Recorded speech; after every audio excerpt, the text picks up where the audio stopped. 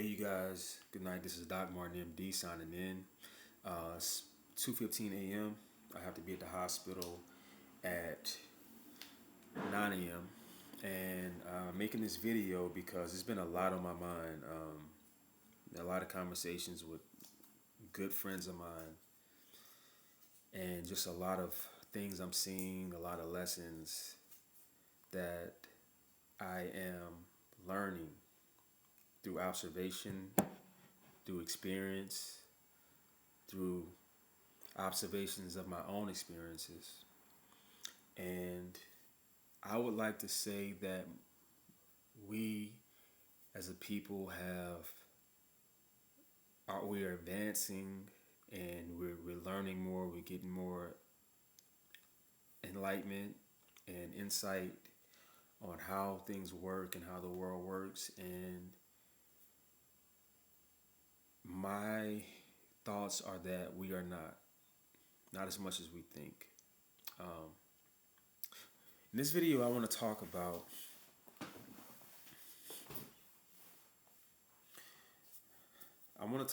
something that most people think that they have figured out, and they really haven't. This is a topic that it's a little esoteric, but I'm going to make it simple and practical. In this video, I want to talk about manifestation.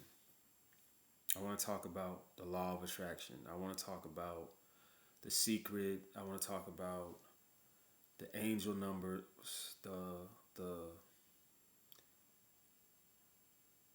entire concept of trying to get what you want and attract what you want in life. The reason why there are so many manifestation coaches and law of attraction coaches, by be it a Rhonda Byrne, who's one of my favorite authors, who wrote The Secret and who wrote The Magic. If you ever get that book, Change Your Life, The Magic, or Esther Hicks, who I think, or Abraham Hicks. If you don't know who Abraham or Esther Hicks is, definitely look that up, man. Like, for when you really get into like a Esther Hicks or Abraham, that whole author, that person or that deity, and I did say deity, yeah, it's weird. And the to think that you have to summon a spirit to help you with manifestation, and for a lady named Esther Hicks to be on stage saying that her name is Abraham Hicks, and she's given information about the vortex and all these different manifestation ideas, I think is a crock of shit. A lot of things are true, what's being said, but it's just the lengths that we have gone through, lengths that we've gone to, sorry, to as a evolving human race, to start becoming more in control of our lives and our destiny, has further left us lost, more confused. But worse than that, we've gotten to a point where we don't even know it, and come to find out, you've been doing the whole manifestation journey for the past 10, 20 years, 25 years, and you're still in the same place.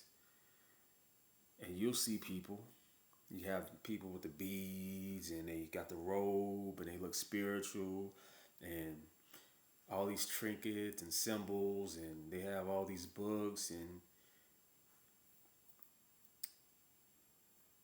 it's worthless, right? It's pointless.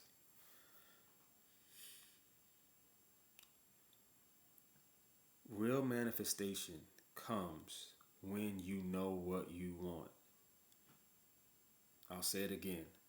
Real manifestation comes when you know exactly what you want and you hold steady to that desire. It is not about how hard you work. It is not about angel numbers. It is not about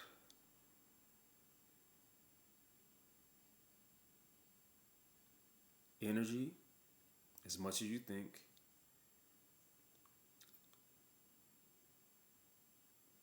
It is not about the how. Brief correction.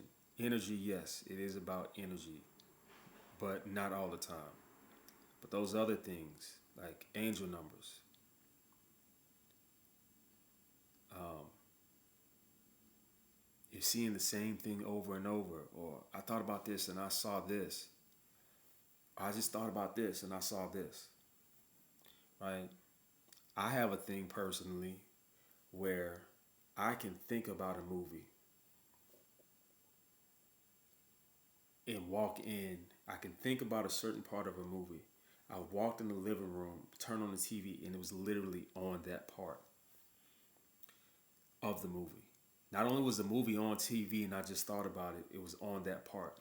I could think about an actor or actress and I could go and watch TV and that actress is on a movie. I turn the channel and I see the actress I just thought about. Not a famous actress, a local Louisiana actress who, if you guys ever seen that movie Django,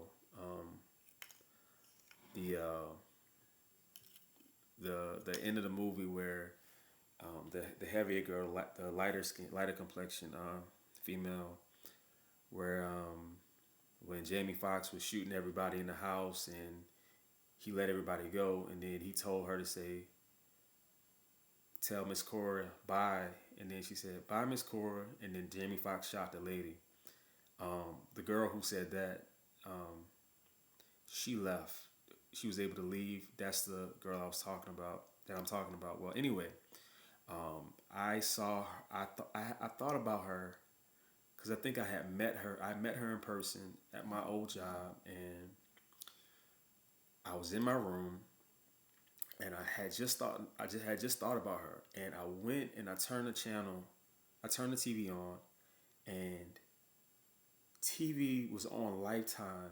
It was a Christmas movie, but it was like Christmas in the Bayou or something, some off brand movie on Lifetime.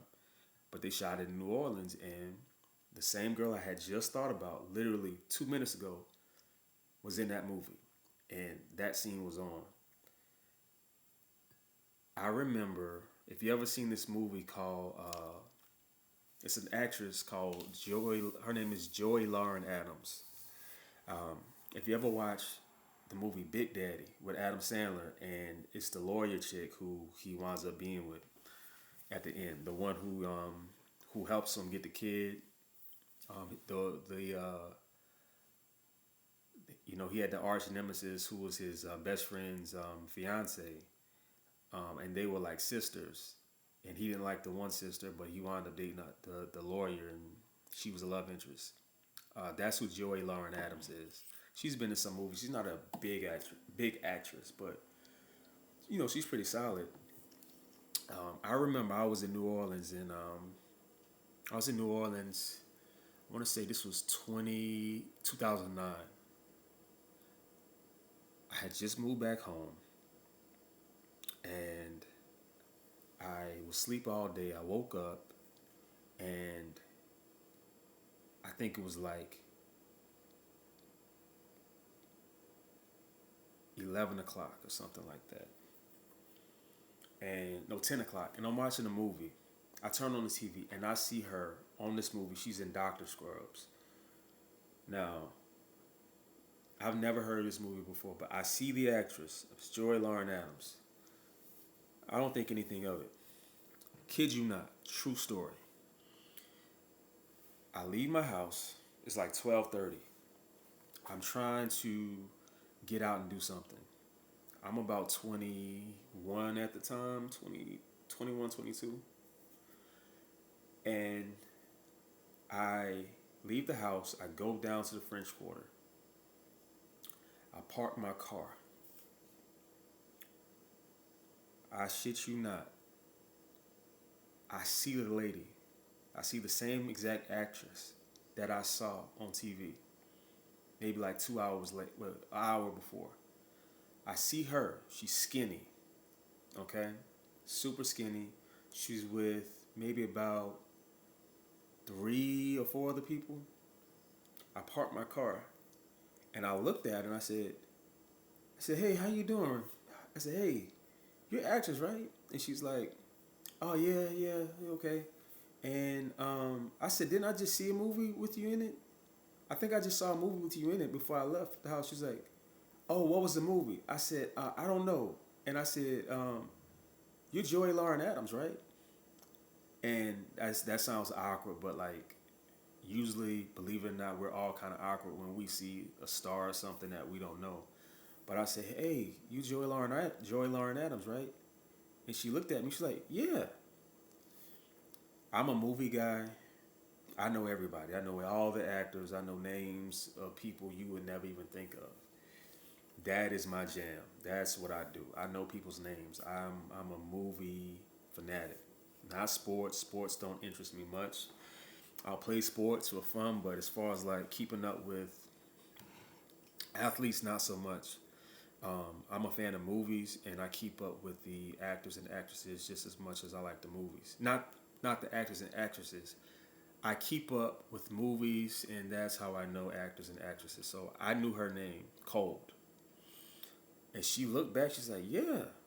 She said, what are you doing? Where are you going? I said, nothing, I'm just chilling, about to go have some drinks. She said, hey, you want to come hang out with us? I'm like, okay. So I go, I hang out with them. Um, Now, I'm aimless. I'm like 22, 21, 22. I'm aimless. I'm just out. I'm just trying to get out the house and not be bored. So I meet this actress who I just saw on TV. I meet her like an hour and a half later, right when I'm parking my car, and she invites me to hang out with them. Um, I'm getting to a point with this story, you guys. We hang out. We go to a bar called Molly's on the Market. Now I'm just like a fly on the wall. Like I'm talking, I'm just chilling, and just talking with everybody who's around her. I'm not really starstruck because she's not a big actress, but I just think it's cool.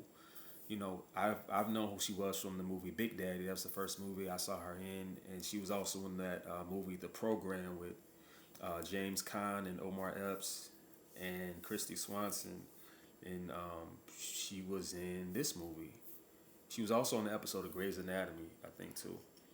But when craziest thing is when we went to Molly's on the Market, you gotta realize like at this point, I think this was when New Orleans was starting to become a huge Hollywood tax incentive filming location. So I'm talking with them. My back is faced away from the door, and they're like, "Look who's over there." And I turn around, Kirsten Dunst, over at the jukebox. She was with another group, and nobody was bothering her. And she went over to the jukebox, and then I was like, really, like what? I was like, hold up, how do I see two Hollywood actresses in one night? I see Joey Lauren Adams, and then I also see Kirsten Dunst. And Kirsten Dunst was drunk as hell, like she was done, and she was over by the jukebox, and she was just kind of leaning there, just kind of trying to figure out what she wanted, what song she wanted to play, what record, and was just taking forever. And I went by, and I just kind of spoke to her. Hey, what's up, Kirsten, how you doing? Um, and she's like, hey, what's going on? So that was the end of that. And I pretty much kind of hung out with that person for the rest of the night, her and her friend group, and I went home. that was a neat story, um, and that was a neat experience. The point I make out of everything that I just said, which all happened, all true, I attracted those situations, but none of that did anything for me or my life or my goals or where I was trying to go. 1111, angel numbers, which I'm not into. I've seen 1111, I've seen these numbers, but I think most people are attracting these numbers instead of the actual thing that they want. Or they'll say, oh, I have angel numbers, I see my angel numbers, it means that I'm manifesting this and my manifestation is closer. It's like, no, you're manifesting numbers on the screen and a feeling that you're manifesting something else. And then you're going to manifest more angel numbers and see 222 or 12345, and you're going to keep manifesting angel numbers, and you're going to do that shit for the next 20 years until you wake up and realize, damn, I'm in the same spot I was in 20 years ago. I've had some of the coolest experiences. Still today, I can talk about something and see it happen. I can think about something and see it happen. I can think about something that I want to do and see it happen. I got a girl's number at my hospital. Oh shit, I shouldn't say that. Damn. I went to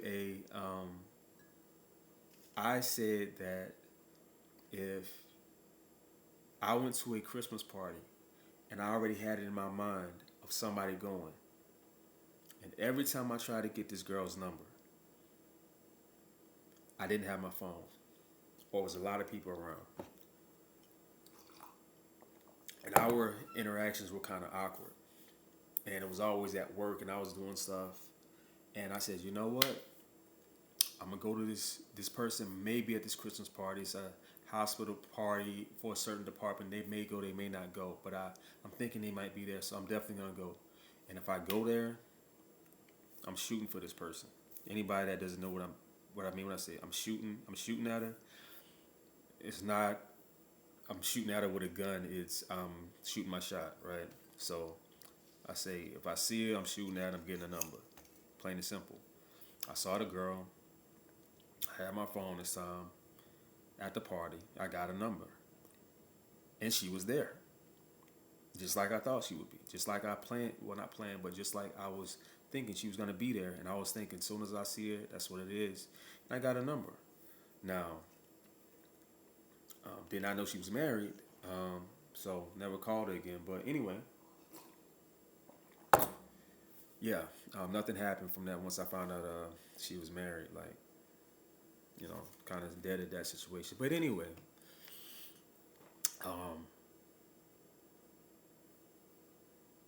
we can attract all the things that, damn, this video is 18 minutes. It's fine. Hopefully you guys learned something from it.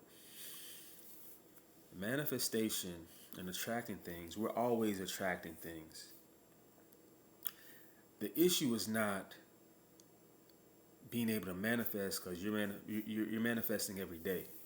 You manifested that job that you wanted. It was a time that you wanted that job that you hate so much. It was a time where you were applying and you were maybe a runner up or two runners up, and you told the employer that you were gonna do whatever it took to get that job. You couldn't wait to get hired, and now you've been there for so long, and now you forgot that you attracted that and you got it. Most of us are attracting the same things over and over. We're attracting what our mind sees. But a lot of us are seeing the same thing every day. And so our mind is playing a record of what we see every day. And it's re-attracting to us what it's seeing every day. Yet, if you chose different images, whether physically or different images mentally, or even decided, hey, I want to go on a trip to Jamaica, and you went and you got a travel magazine and you looked at Jamaica and you just looked at that magazine and kind of solidified those images in your mind, you could actually attract that experience. I've done it. This video is not for scientific researchers, and um, this is not a this is not something that is proven by science. I don't make a lot of videos that are technically proven by science. I have to do that enough at work. My channel is supposed to be real. It's supposed to help people. It's about my experiences and the experiences of others who I know who can attest to those things. Um, but yeah, there's a lot of things that go on in this world, a lot of principles that nobody taught us, and only very few of us who search for those principles find them. I'm one of those people because I've experienced a lot of these different things even as a teenager, even as a kid. I've said things and they've come to pass. Weird things, which I won't say. I won't say in this video. But it could be a gift. It can also be a curse. To see things that other people don't see, and just know how things work when other people don't, which kind of makes you have to be more responsible. A lot of people want to manifest things, and they want to be this spiritual person, and they want to walk around with they want the crystals and all the rest of the stuff. No, like when you really get to the point where you really start attracting things, you got to be very, very careful how you think and what you think about. You got to be careful what you talk about. You have to be careful what you say.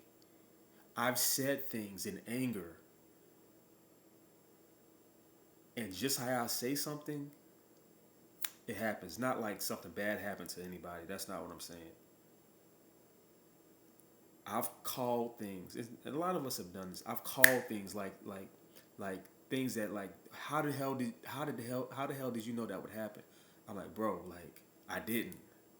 I just said it. And it happened. That can be a blessing. That can be a curse. I digress. Let me go back to where I was saying.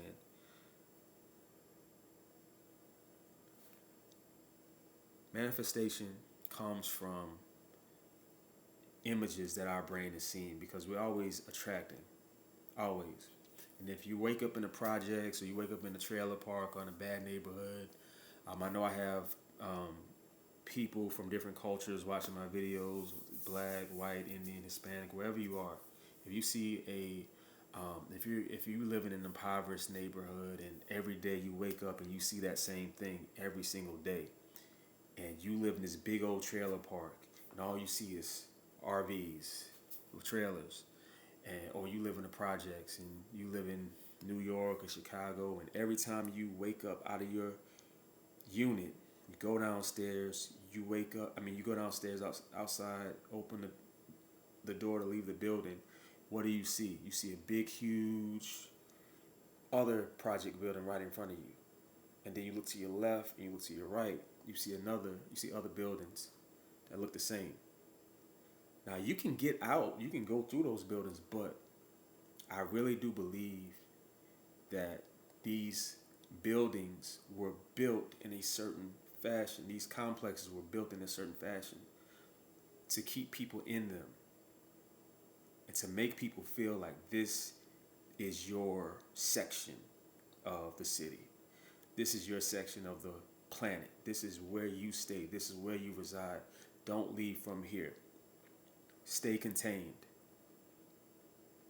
But the smart people who want that better life, they find a way to get out, whether they take trips across town, They take trips across town to a better neighborhood, or they go to a car dealership with foreign cars and they just sit in the parking lot and they just kind of sit and imagine, like, man, I would love to have this type of car. One of my favorite music videos, Aston Martin music, which is really like the intro of the video. This is like that I like with Rick Ross, where he's with his friends, like a guy and then two girls.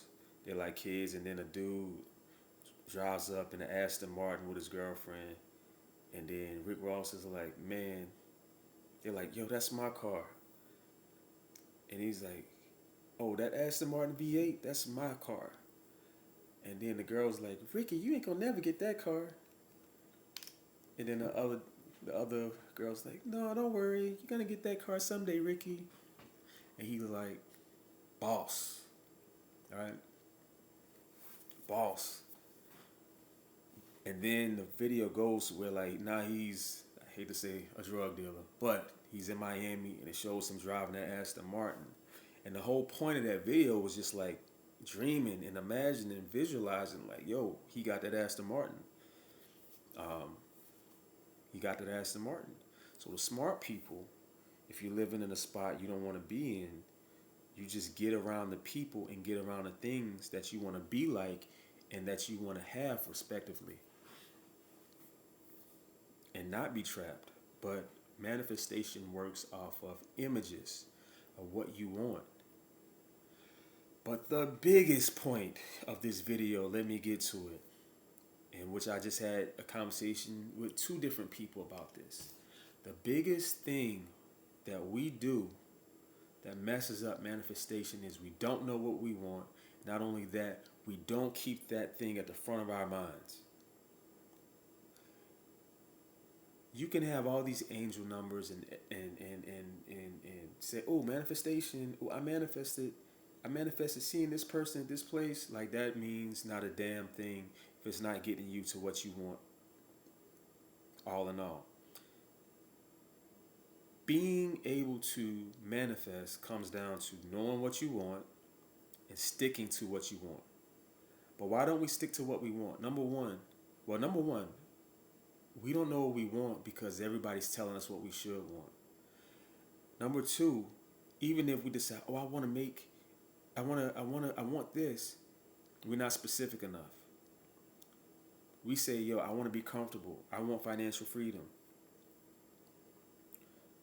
What's financial freedom? Shit, I don't know. Like, I just want to be comfortable. What's comfortable? I don't know. I just never thought of, like, how much money do you need for financial freedom? Well, I don't know. I've had this conversation with many people, and it's never a number. In Think and Grow Rich, I learned this. I read that book. You have to have a number. You want to be wealthy, you got to have a number. How much money do you want? How much wealth do you want to amass? Is it 1 million, 2 million, 3 million? People say, I want to be comfortable because they don't want to sound greedy. And then also, people don't want to seem, and I say people, but I'm talking about me as well in the past. People don't want to sound greedy, and then also people have mixed feelings about having money. So most people don't say I want a lot of money. They'll just say I want to be comfortable, which basically means I don't want to be broke and worry about money, but I don't want to have too much where people don't like me anymore. And I hate to tell you, whenever you're doing something that other people are not doing, they're not going to like you. And the trick is to get around people that are doing the same thing that you do. And people, we always like those who either like us or people who are like us. And you playing small does nothing for you, and it makes people respect you less. When you are who you need to be and you become who you need to be and you attract what you want to have, people not only the people that are like you, who you are like, will like you, but even the people who don't like you will still respect you. All right. And at the end of the day, what does it matter if they don't like you? As long as they respect you, what does it matter?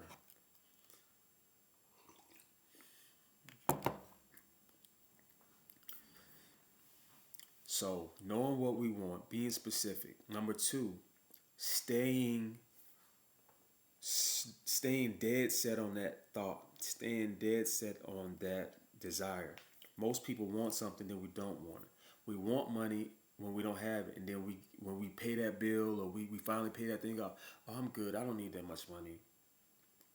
And when you say I want money, your mind starts attracting money. You start getting money. You start attracting wealth. You start attracting this stuff. And then when you say, okay, no, I'm good, then you go back to poverty. And then eventually it comes another point where you need money again. It's like, damn, I need money, I need money, I need money. And then you don't need it.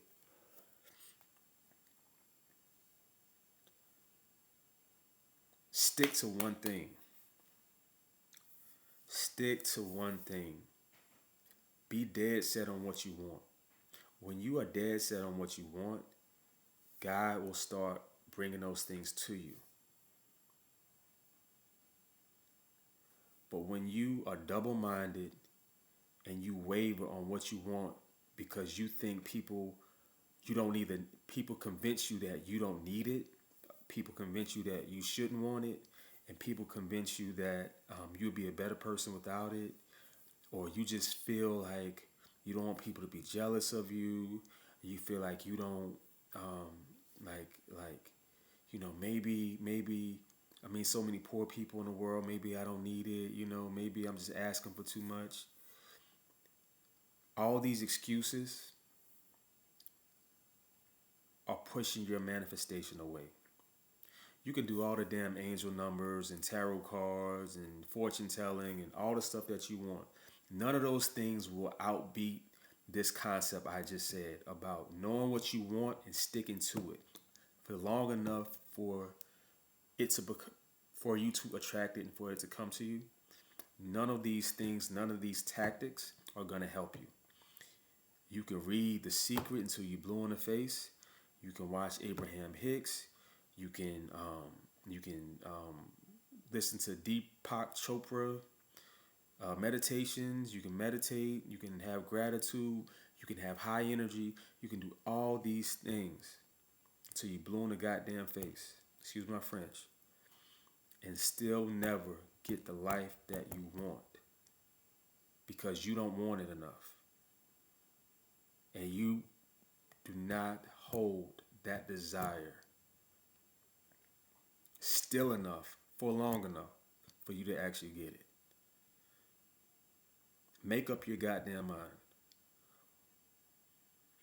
Excuse my French. Make up your mind. And the reason I'm talking like this is because nobody talks to you like this. Nobody talks to us like this.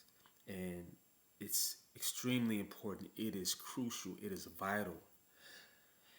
We talk about stuff like hustling. You want something, you gotta hustle. You gotta work hard. You gotta wake up at 5 in the morning. You have to you gotta stay up and not get sleep. I don't believe it, even though I'm not getting sleep right now because I'm staying up and I'm working. But it's just my job. I don't get a lot of free time, so I have to get it how I live, right? That's a New Orleans term. Get it how you live. New Orleans phrase, not term. But yeah, you gotta hustle. You gotta get it how you live. You gotta work, grind for years and years. Everybody wants success, but don't nobody want to die. Man, kick rocks, man. Like, this is a backwards BS that we're taught. And then we're finally taught, well, no, you need to attract the things in your life that you want, which is true. But then we go down a whole path of confusion from manifestation coach to manifestation coach, from this teacher to that teacher, from this book to these beads, to these crystals, to these tarot cards, to these angel numbers. Whenever many people get on a trend or get on a concept, the message is going to be diluted. Hustle culture. working and being consistent has turned into grinding and hustle culture to get what we want. Manifestation culture has turned from focus your mind on what you want to angel numbers and and beads and crystals and summoning spirits and spiritual guides and all the rest of that stuff just to get the same thing. What do you want out of life? So just to get what you want out of life, you're hustling, not getting sleep, damaging your health. Um, you have this mindset of resistance, like you gotta constantly fight to get what you want. Fight, compete. And then on the other hand, you have a more passive method of attracting things into your life, yet and still, like, but you gotta look for numbers on the clock for four of the same damn numbers. So you gotta wait around for 24 hours just to find an angel number, 1111 or 20 or whatever. You got to do that, or you feel like you have to do, go and find a fortune teller or a reader just to help point you in the right direction towards what you're trying to manifest in your life. Like, all these are pointless. Let me make it simple. Let me make it simple. The reason why people feel like they have to grind, and these teachers are telling you you have to grind and hustle to get all these things that you want, is because most guys, most people, most of you guys can't stay focused on what you want in order to long enough to attract it to you.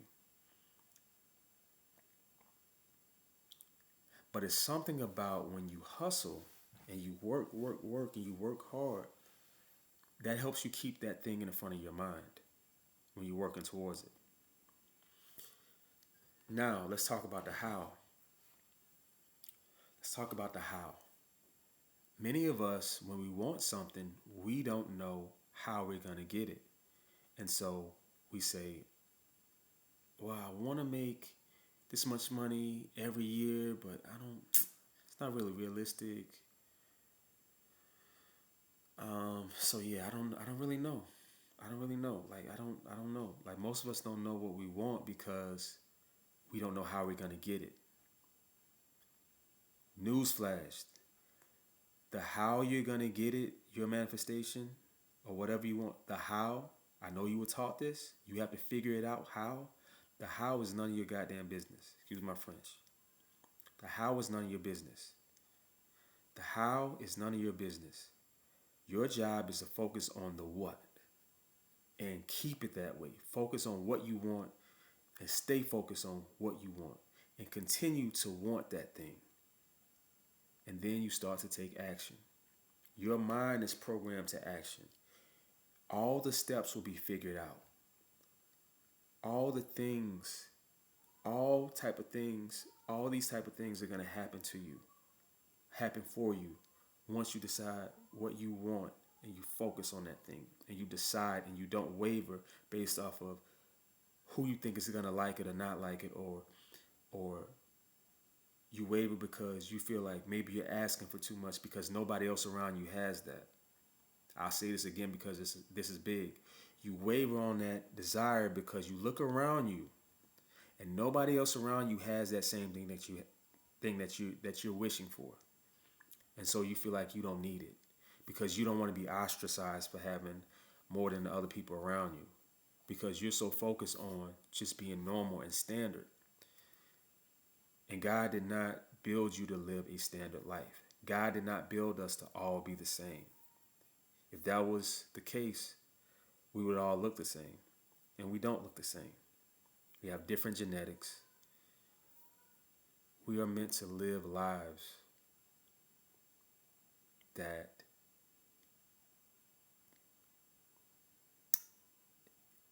create exponential. We're meant to live lives that create multiple opportunities for us to express ourselves. We're here to live to our we're here to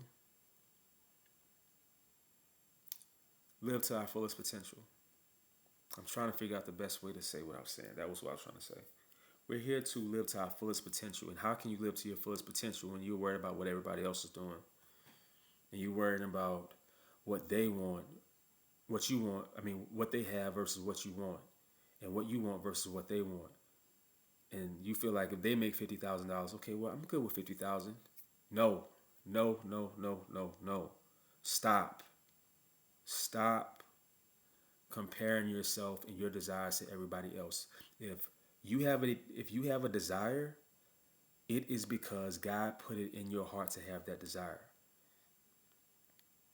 Most people have desires, but most people have given up on those desires, and all they do is look around and berate other people for having more than them. And funny enough, most of the people that you are afraid to disappoint by having more than them that's around you, most of these people have given up on what they wanted, and you're going to be just like them if you keep doing the same thing of downplaying the things that you want out of your life.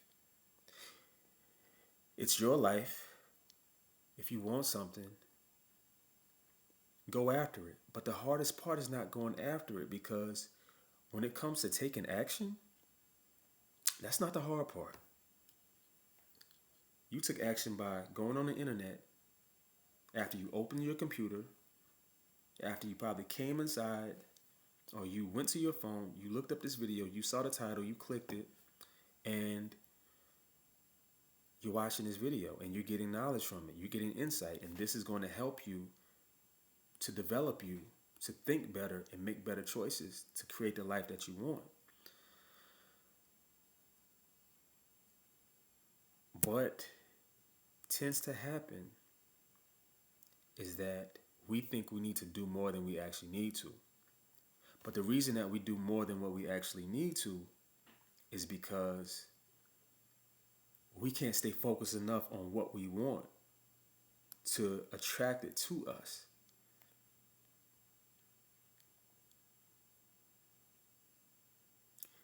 And taking a lot of action is good, but you don't have to do that. The hardest part is to decide what you want and stick to it. Decide what you want and stick to it. Gotta take care of everything else, and naturally, you will be led to take the right action. And I used to mess this up all the time. I would always hear these coaches say, "You don't have to figure it out. You don't have to figure it out." Aligned action. Just take aligned action. If you take aligned action, if you guys have been in this community, you know this term, aligned action, which I used to hate. What is aligned action? You say we don't have to work hard. We don't, you manifest, you attract.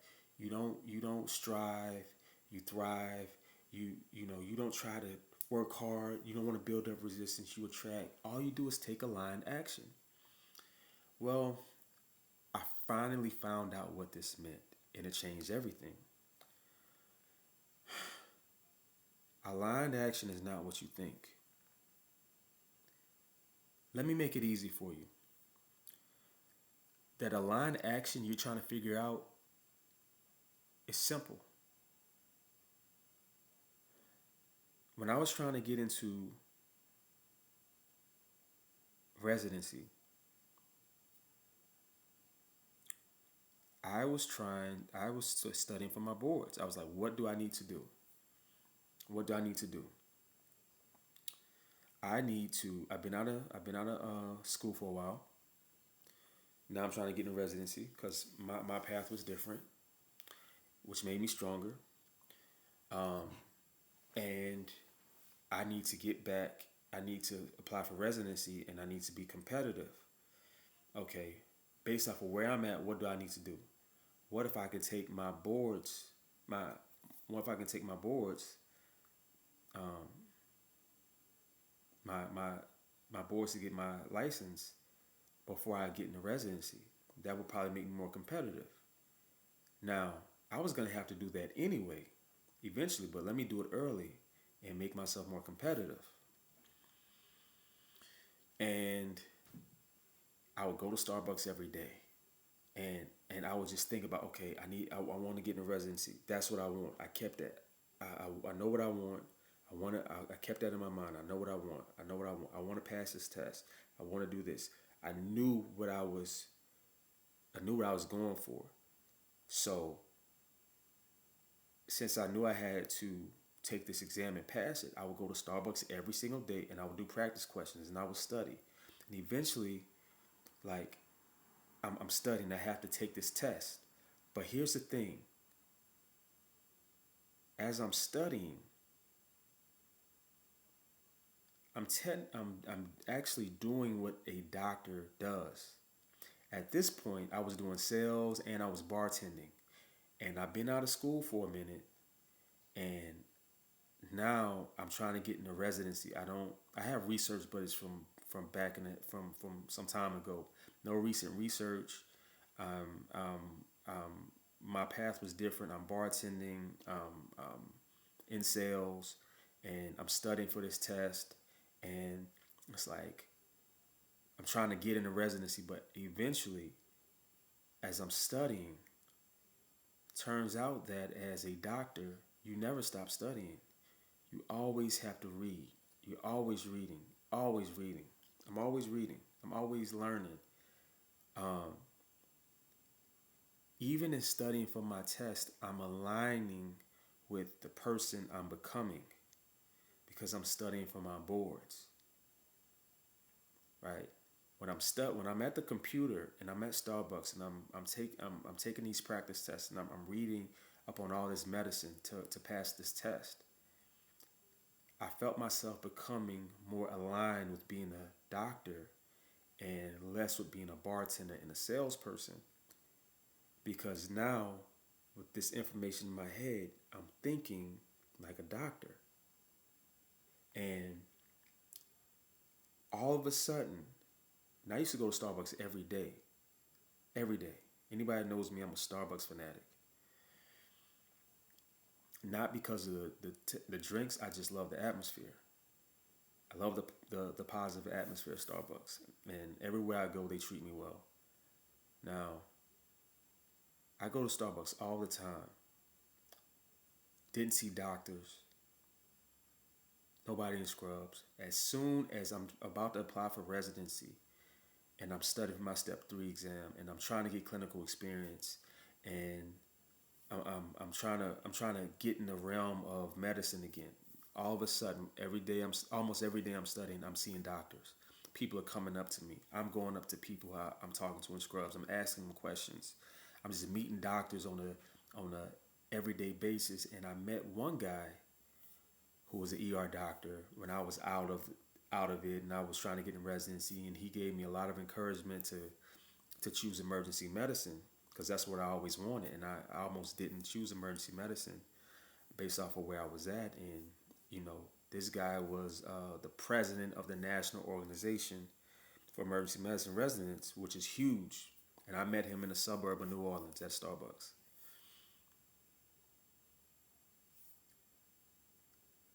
I was attracting the people that I was becoming like because I was becoming a doctor. I was becoming a resident before I even got the job, the residency position. I was already in that frequency. And frequency is how you attract. Frequency comes from doing. Frequency is a dynamic. Let's talk about me bartending. When I was a server at a restaurant, I've always wanted to bartend for years, but when I took a break from school and I was studying and doing stuff, just off the record, I got a job in a restaurant, and I was serving tables, which I was like, good. I'm making good tips. I really like this restaurant. I'm a I'm a server, but I don't feel subservient. I'm a servant, but I don't feel subservient. Um, and I'm literally watching the bartender. I'm okay, cool. I'm like, they're really understaffed here, and they barely have waiters. You know, you got people quitting. They can't keep people. And I really like the people at this restaurant. Like, it's a family dynamic. I'm a hard worker. They respect my education, my leadership. And even though I'm more than qualified for this position, overqualified because I have two bachelor's degrees and I was at the tail end of medical school when I was a server. They treated me as such, and they trusted my judgment. Even they respected me, and I really love this restaurant. You guys ever go to New Orleans? It's a restaurant, Zia Rotisserie and Grill. Shout out to Zia. Um, yeah, I love that company, and I love the people there, and I had an awesome experience working there. Even if it wasn't in my field, I learned a lot from that job. Met a lot of awesome people, and was able to influence a lot of awesome people. But anyway, they had a anyway they had a they needed a bartender because one of the bartenders were leaving. They was actually asking people, anybody want to train as a bartender? Anybody want to train as a bartender? And I've wanted to train as a bartender since I was in college. And but I didn't want to be a bar back. I didn't want to be a apprentice, and I never wanted to be a server. But I got to a point where I realized, I'm willing to do whatever I need to, to make it work. And surprisingly, I love serving because I love talking to people and I love interacting and having fun. And so uh, I started I started serving. So now back to the story. They need a bartender. They're like, yo, we needed somebody to train a bartender. I'm like, I'll train. They're like, you want to train? I'm like, yeah. So I'm like, okay, finally I get to train. Finally I get to train to bartend. I'm gonna be a bartender. And they were like, we're gonna put you on the schedule. And it took weeks, and I'm like, yo, y'all need a bartender? Like, well, yeah, we thought we did. Yeah, we're still gonna need a bartender to train, but just hang tight. And now I'm like, yo, what's happening? Nobody's putting me on the schedule. They could keep putting me on the schedule as a server, but something told me align with that frequency. How do you? So we talk about in manifestation. We talk about frequency. How do you align with that frequency?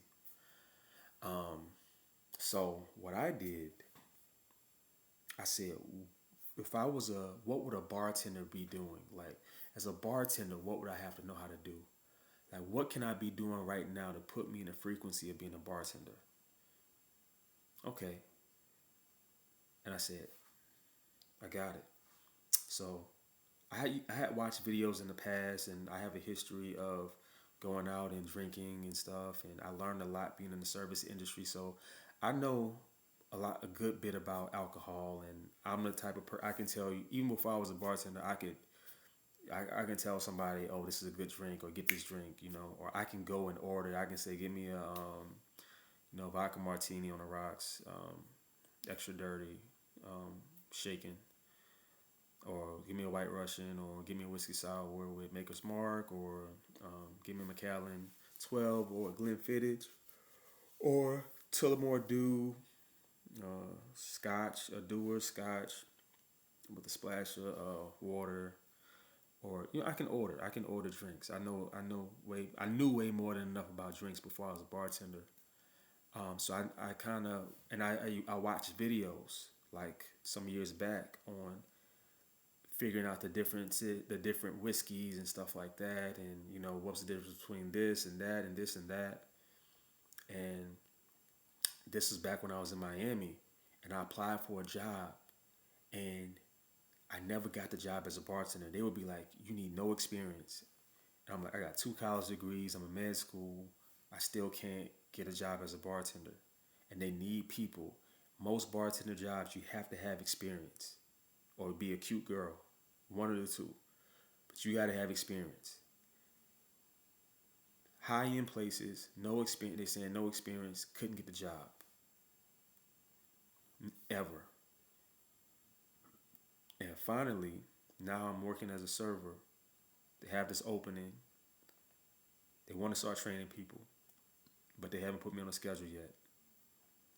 So back to what did I do to get in the frequency of being a bartender? I had some alcohol, some wine bottles at home, right? Um, and I went and I bought some nozzles, some some liquor nozzles, right? So you can pour some liquor spouts, so you can pour, right? So as a bartender, you have to know how to measure between an ounce, 1 ounce, half an ounce. You have to know how to count free pour. So I went home. So no, I went to Barnes and Nobles and I bought a cocktail book. I bought that and I started reading the recipes. Eventually, I got bored because I don't like memorizing things, especially when I'm not doing it yet. But I started kind of going through that and started reading about alcohol, reading about the differences in wines and liquors and things of that matter. Watched a lot of videos. I just did a lot of research and I started, as I'm doing this, I'm getting on the frequency of a bartender and I started thinking about, you know, how could I be the type of bartender where people came to me and they didn't know how to drink? I can tell them a story. I can walk them through a journey of this knowledge about alcohol, liquor, and stuff, and to where they want to buy. They want to try that. Or people they feel, a lot of people feel uneasy about going to a bar. They feel uncool because they don't know what to order. And I can talk to that person and ask them, you like sweet or bitter, and then have the perfect drink for them. I started thinking about what type of bartender could I be? What could I offer? Um, how could I free pour? How could I get my pour right? Would I do the 1, 2, 3, 1 Mississippi, 2 Mississippi? You know, um, I would go home and I would practice that like every night. Watch these videos. One day I forgot about it. Eventually, the schedule came out at work. I got 2 training bartending shifts out of nowhere. All of a sudden, I stopped asking. I start getting in the frequency. I start becoming that bartender up here. I was becoming a bartender up here. And eventually, I'm on the schedule, trained as a trainee. Lo and behold, I'm a bartender. Struggled a little bit at first because of speed or whatever, but every busy night where I messed up, I got slammed, I was stressed out at the end of the night. Eventually, I have regulars. I have people that call and ask if I'm at the restaurant as the bartender, something I wanted to do since I was in college. Now I'm the guy who can train other people how to bartend. Now I'm the guy who somebody can come in and say, hey, can you make me a Sazerac? And I've never made the drink before, and now I make it, and it's on point. And I make sure that when I make a drink, I make sure if I take a straw, I'll take a straw, put my finger on it, and I will try it before I give it out if I'm unsure.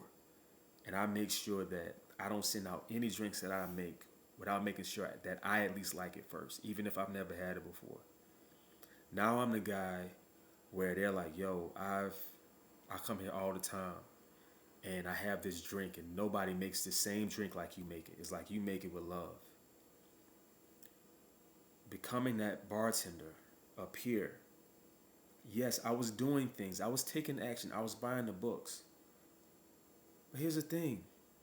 This is all aligned action, right? But everything that you do is an action. You just got to think about, and this is the key point, you have to think about what that person, you have to think about what actions that person that you want to become is doing. If you want to be an engineer, you need to be looking at, you need to be looking at plant, you need to be looking at formulas, you need to be looking at structures, you need to be doing what an engineer would be doing. You need to get in that mindset. That mindset then puts you in a frequency. And then you being in that frequency, you attract all the things that come along with that. If you want to be wealthy, you need to be reading about what does a wealthy person do, right? Does a wealthy person wake up in the morning and look at stock prices and look at the trends from 6 months to year to date? Does a wealthy person wake up and make sure they know what's in all their accounts? And does a wealthy person um, look at what they have with gratitude first before they start before they decide to go and make more money? Does a wealthy person get up in the morning and read for personal development and attitude? Does a wealthy person wake up and meditate? Does a wealthy person um, go to leadership conferences so they can talk to their employees? If that's what a wealthy person does, that's the stuff you need to be doing. And if you don't do it right now, if you're not doing it already, that's fine. You just got to start. But then again, you have to stick to it. You don't just start and stop. See, Donald Trump or any rich person can lose everything. You have to stay on that frequency. That frequency is a dynamic. Success is not a destination. Success is a dynamic. Success is a journey. But when people say success is a journey, people think, oh, well, it was a journey to get there. No, success is a journey because it's constant. It's a constant journey. It's a constant dynamic. Will Smith can't stay Will Smith if he stops making movies. Like, you can't be a blockbuster movie star if you stop making movies. You can't be a blockbuster movie star if you get out of shape. You can't run anymore. Nobody believes that you can do all the stuff you're supposed to do on screen. Will Smith has to have the best trainers. He has to stay in shape, has to stay energized, has to stay high energy. He has to continue to be marketable and bankable by going to different countries and promoting the movies. That's all a dynamic. And the day he stops doing that, he's no longer going to be the Will Smith that we know, or Denzel, or Tom Hanks, or even a Scarlett Johansson, or Jennifer Lawrence. Like, success is a dynamic. It's a frequency. And sometimes we fall off of that frequency, but we got to get back there. Your weight may be 200 pounds, but you might go up to 210 or 220, but then you go back down to 200. Sometimes you may lose weight, but go back to 200. 200 is your dynamic. That's your normal dynamic.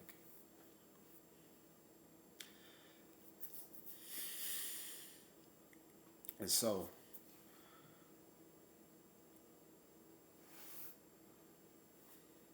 back to manifestation. I manifested being a bartender. I manifested being a resident. I manifested being a doctor. I manifested a lot of things in life. I've manifested certain things easy. I manifested certain things hard. Resistance and lack of being dead set on what you want. Two biggest things. When I wanted to be a bartender in the past, I didn't want it bad enough.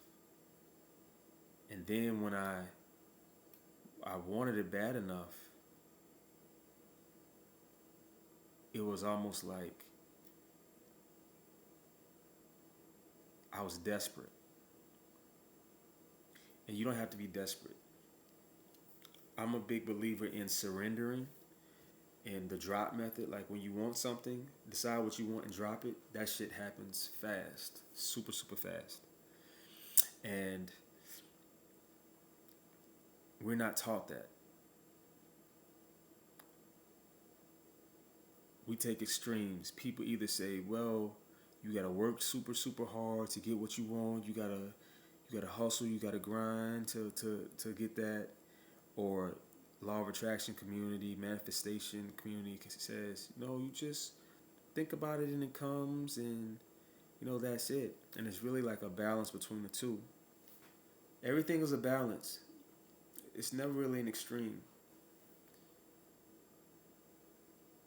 The I I truly believe it comes down to not hard work, but just constant, thorough action. And really, the action you should be doing is the action that you want to do. If you want to be a doctor, you need to be reading books. You need to be doing practice questions. You want to be a bartender, and you haven't started yet. Go learn. Go try some alcohol. Start learning about alcohol. Start learning about how to do the count, right? Um, Start learning about different other bartenders. Like, start going to bars and talking to people. Start asking questions. You got to get in the mindset. When you want to get somewhere, you get in the mindset, right? You got to get in the mindset. And when you get in the mindset, then you start to take actions. So don't think about actions. Don't think about what do I need to do? What I need, like, how can I? What do I need? Do I need to do this or this to get? No. I don't even think action should be mentioned, because the action comes automatically. Like I said, you took action by opening up this video. Even when you turn this video off, that's an action. When you leave your house, that's an action. When you go to work, that's an action. When you go to get something to eat, that's an action. When you write something down, that's an action. Like, it's what action you should be taking depends on who you're trying to be. But you got to think first. What do you want? And this is the last thing I'll talk about, because I got to go to sleep. The last thing I'll talk about is what's more powerful than attracting what you want is attracting, manifesting what you want. What's more powerful than manifesting what you want is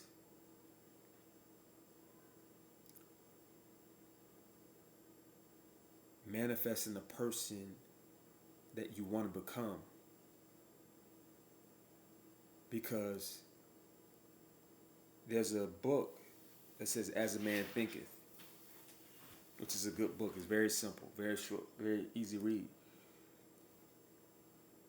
As a man thinketh says, man doesn't attract what he wants, man attracts what he is. And that's so true. It's easier to attract the things you want by becoming who you have to be. It's easier to attract the things that you want by becoming the person you have to be.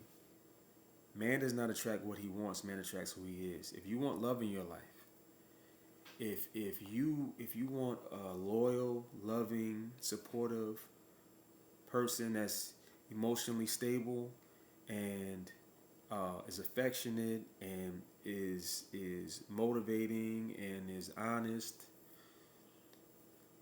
to attract that, you need to be a person that is affectionate, emotionally stable, honest, and all those things. You got to be all of that, because if you're not that, you're not going to attract that. Manifestation is about self-development. It's all about what's up here. Life is like a video game. This is not my quote. I did not make it up, but I love it. Life is like a video game. You attract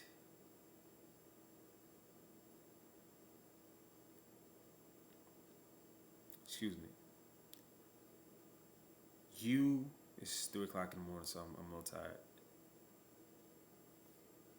You can change and upgrade yourself throughout life. Okay? When you acquire more skills, you transform yourself. You become a different character. You can advance in this life as far as you want. You just got to get more skills. Once you get those skills, you advance. And then you get more skills and you advance. And then you become this and you advance. You can be a salesperson. One of my favorite people, Grant Cardone. Dude went from a drug addict. Then he was a bad salesman. He was a bad salesman. Then he decided to dedicate himself to sales and became a great salesman. But he wasn't an entrepreneur, he was just a salesman. And then he said, how can I become an entrepreneur? And what did he do? Since he had the skill of sales, he did what any smart person would do. He said, I'm going to create a sales company around my skill and I'm going to teach sales teams how to sell more for companies. And companies are going to pay me to train their sales teams. And he did that and created business doing that. And then he started writing books about sales. And then he started investing in real estate. Then he bought a private plane. Then he started doing growth conferences. All started off as a drug addict. And now he controls $1 billion in real estate. And as a hectomillionaire, I think worth like $800 million now. And he became a different character. Another guy, Quincy Jones. If you don't know who Quincy, if you know who Quincy Jones is, if you don't know who Quincy Jones is, there would be no Fresh Prince of Bel-Air without Quincy Jones. Quincy Jones produced Fresh Prince of Bel-Air while Will Smith was like kind of down and out after he was a rapper. He was like bankrupt. And the Fresh Prince of Bel-Air put Will Smith back on top after he won his Grammy with DJ Jazzy Jeff. Quincy Jones, big time music producer. But he's not just a music producer. Quincy Jones is a kingmaker. You have kings and you have kingmakers. Quincy Jones, there would be no Color Purple movie as we know it without Quincy Jones. The one with Oprah Winfrey, he produced that. Quincy Jones started off as a boy in Chicago who was a musician, played the trumpet, I think. And, he lived with his dad. His mom had schizophrenia, so he didn't really know his mom. And he was 16 years old, like playing in jazz clubs and playing, he was friends of Ray Charles. If you watch the Ray Charles movie, he was in it. He was in these clubs as a kid, just playing the trumpet. Then he decided. Then he was in a.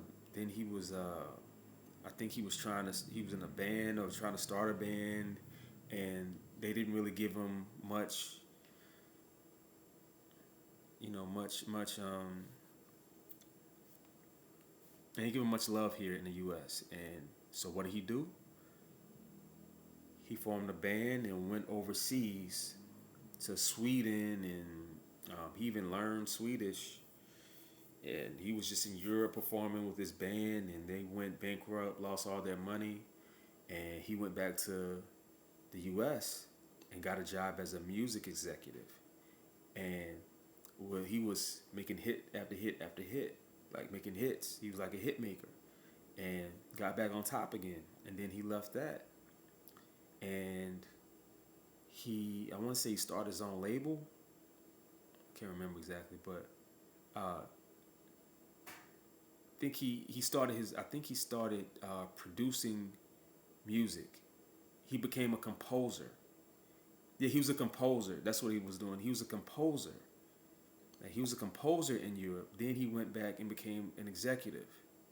But he learned multiple instruments after being a kid that played the trumpet. He learned multiple instruments, and he also learned how to be a composer.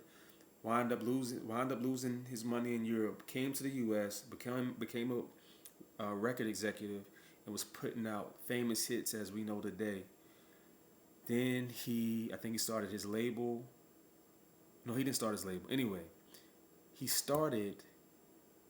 He got so good in music. He said, "Well, listen, I want to get into Hollywood. I want to get into the movies."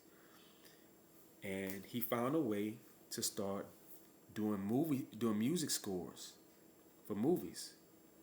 The music in the movies, he was doing music scores for he was doing movie scores. And if you look at old movies, you see music by Quincy Jones. And then he started producing movies instead of just doing music.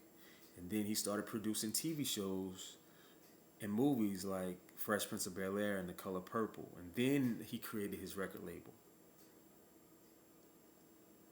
Quincy Jones literally upgraded himself from a trumpet player to a composer, to a record executive, to a movie score music composer, to a movie producer, to a owner of a record label.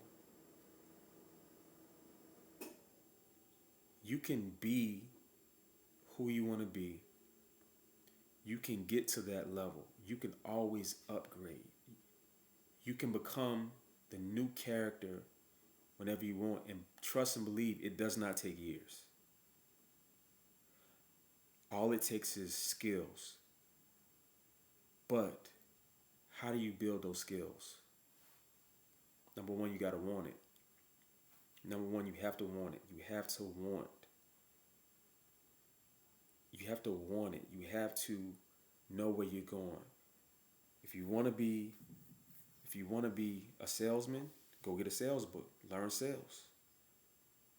You want to be an entrepreneur, go get a book on business. Watch videos about entrepreneurship. You want to be a writer, start writing. Start writing down ideas. Start reading other people's books. Start getting ideas. Start writing your own.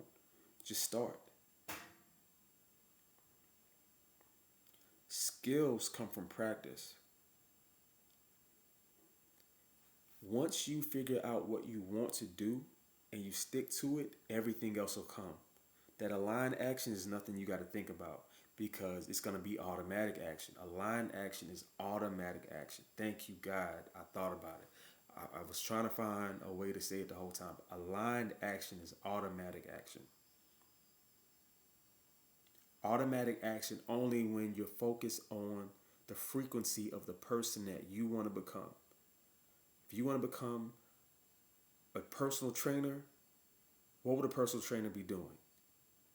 And when you think about that, trust and believe, you ain't going to have to think about what to do. When you think about that, when you think about what a personal trainer be doing, the action comes automatic. That's when you like, shit, let me go buy a book. Let me do some push-ups. Let me count my macros. I'm going to start calorie counting. I need to lose this gut. I need to do this. When you start thinking, the action comes naturally because our actions always come naturally. Majority of the actions that you have to do in your life, you don't think about it. You don't think about how to get to work. It's all programmed. You don't think about how to turn on a car unless you're just learning. But most of the stuff that you need to do in aligned action to become the person that you want, these are actions you know how to do. It's just you have to think and do differently in order to get on the frequency as that person. You may have to do things. You're gonna have to do things differently. You're gonna have to do things earlier. You have to do things at a different time. You're gonna have to do things in a different way. So, anyways, you guys, I say all that to say, hopefully I taught you guys a lot about manifestation. Throw the tarot cards and the angel numbers away. You'll spend a lifetime trying to get to where you want with all this extra stuff. You don't need any crystals. You don't need to charge them in the moonlight. You don't need to do any of those things. All you got to do is have clarity on what you want, where you want to go, who you want to be, and stick to it no matter what anybody else says. And last but not least, keep your desires to yourself. Hold to it. Don't tell people what you want. Let that be that. Let that be your crystal. Let that be that crystal that you charge. That desire of what you want. Keep it to yourself. And then you'll start attracting things that you want in your life because you don't have other people downplaying what you want to have once you tell them about it. It's going to always be other people that mess up what your direction and where you're trying to go. It's going to always be doubt from other people. Just keep it to yourself. Charge that crystal. Keep that crystal in your mind and keep it protected and charge it by not telling people that it's there. But anyway, you guys, I love you all. I've been wanting to make this video, believe it or not, for years. So hopefully you like it. This is Doc Martin, MD, signing out.